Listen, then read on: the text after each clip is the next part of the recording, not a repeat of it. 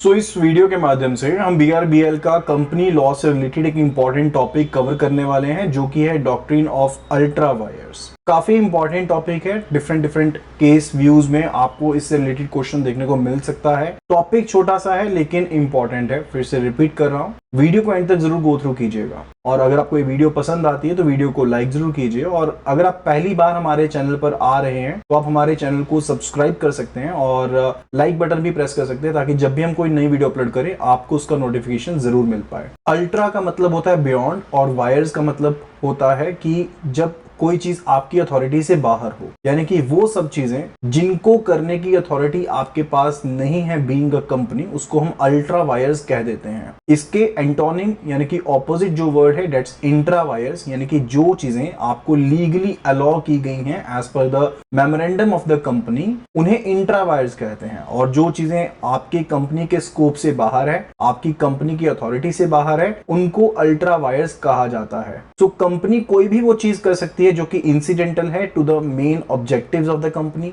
Main objectives के साथ company के मेल खाती है, वो सब चीजें वैलिड मानी जाएंगी क्योंकि वो मेमोरेंडम में शामिल है, यानी कि उनको लीगल अथॉरिटी का पार्ट माना गया है। तो डायरेक्टर्स अगर कोई भी कामकाज ऐसा करते हैं, वो बीइंग एन एजेंट कंपनी का कामकाज कर रहे हैं और इनको जेन्युइनली कंसीडर किया जाता है। लेकिन अगर कोई डायरेक्टर कोई ऐसा कामकाज करता है जो कि मेमोरेंडम के हिसाब से नहीं है, तो उसको अल्ट्रा वायर्स कंसीडर किया जाएगा।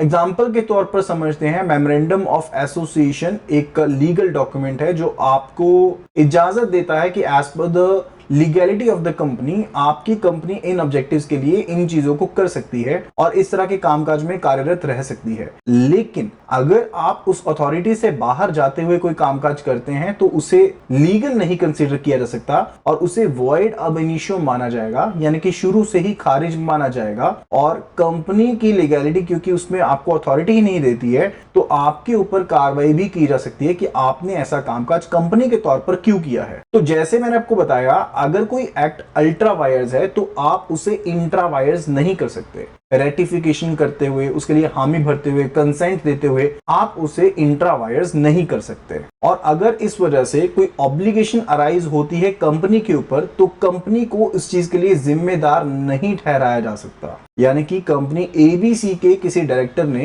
कोई कॉन्ट्रैक्ट कर लिया किसी पार्टी के साथ on the behalf of the company जो अल्ट्रा वायर्स है, तो उसके लिए कंपनी जिम्मेदार नहीं होगी। अब आपके माइंड में ये क्वेश्चन आएगा, फिर कौन जिम्मेदार होगा? देखिए, जो मेमोरेंडम ऑफ एसोसिएशन है या फिर आर्टिकल्स ऑफ एसोसिएशन के जो डॉक्यूमेंट्स होते हैं, those are considered to be the public documents. और जब आप किसी कंपनी के साथ डील करते हैं तो ये मान लिया जाता है एज एन अजम्पशन, ये कंसीडर किया जाता है, प्रिक्विजिट किया जाता है कि आपने इन डॉक्यूमेंट्स को अच्छे से छानबीन कर लिया होगा और आपने इनको गो थ्रू करने के बाद ही कंपनी के साथ डील की होगी। तो अगर वो एक्ट ऑलरेडी कंपनी के डॉक्यूमेंट्स के हिसाब से, मेमोरेंडम के हिसाब से नहीं है, तो वो उसी पर्सन की जिम्मेदारी बन जाएगी, लेकिन वो कंपनी को जिम्मेदार नहीं ठहरा सकता। इसी तरह से अगर कंपनी के एंड पर कोई डायरेक्टर लैंडिंग कर देता है किसी पर्सन को जो कि अल्ट्रा वायर्स है, तो कंपनी के पास पूरा अधिकार रहेगा कि कंपनी उस पैसे को वापस ले सकती है डेप्टर से। डेप्टर यानी कि जिस पर्सन ने उधार लिया होगा अल्ट्रा वायर्स के तहीन, वो ये नहीं कह सकता कि कंपनी के बारे में उसको पता ही नहीं था कि कंपनी की लैंडिंग की प्रॉपर्टी है या नहीं है। इसी तरह से अगर कंपनी कोई ऐसी सर्विस प्रोवाइड करती है, अगर कंपनी कोई सर्विस प्रोवाइड करती है जो कि अल्ट्रा वायर्स है, तो अगर कोई सर्विस चार्जेस कंपनी को मिलने चाहिए थे, तो कंपनी उन सर्विस चार्जेस को रिकवर कर सकती है, चाहे वो अल्ट्रा वायर्स ही क्यों ना हो। इसी तरह से अगर कंपनी की प्रॉपर्टी को अल्ट्रा वायर्स के तहत किसी और पर्सन को सौंप दिया जाता है, तो कंपनी उस प्रॉपर्टी को वापस ले लेगी अगर उस प्रॉपर्टी को ट्रेस किया जा सकता है। एंड एक एग्जांपल के तहत आपको और समझाता हूं। लेट्स से कंपनी की बोरोइंग लिमिट 500 करोड़ की है और कंपनी ने 500 करोड़ से ज्यादा का अमाउंट बोरो कर लिया है जो कि अल्ट्रा वायर्स माना जाएगा। अब कंपनी ने एक्स्ट्रा अमाउंट बोरो किया है, तो वो एक्स्ट्रा अमाउंट के लिए कंपनी को लायबल नहीं ठहराया जा सकता, क्योंकि वो चीज उस लेंडर के नॉलेज में पहले ही मानी जाएगी, तो वो भी कंपनी की लायबिलिटी नहीं रहेगी। हाँ, लेकिन जो पैसा दिया गया था लेंडर के द्वारा, उस पैसे से अगर कोई एसेट क्रिएट किए गए हैं तो लेंडर उस एसेट को ट्रेस कर सकता है और उसके थ्रू रिकवरी कर सकता है।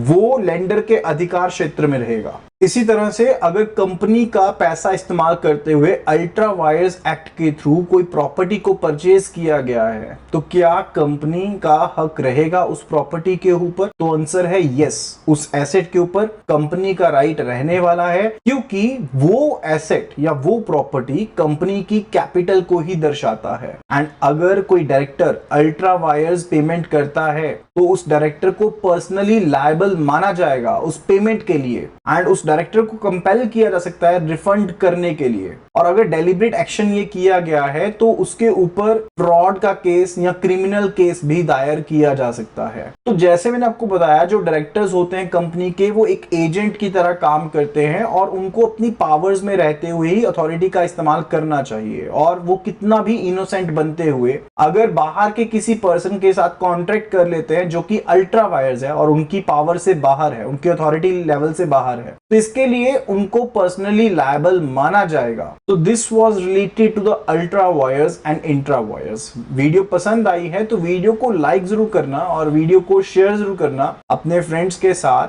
कलीग्स के साथ जो भी CIIB की तैयारी कर रहे हैं। और ऐसी और वीडियोस के लिए सब्सक्राइब कर लीजिए। Full PDF free of cost available है हमारी वेबसाइट के ऊपर। आपको विजिट करना है iibf.info/CAIIB पर, जहां पर कंप्लीट PDFs आपको मिल जाएंगी CAIIB की। Thank you so much and see you again in the next video.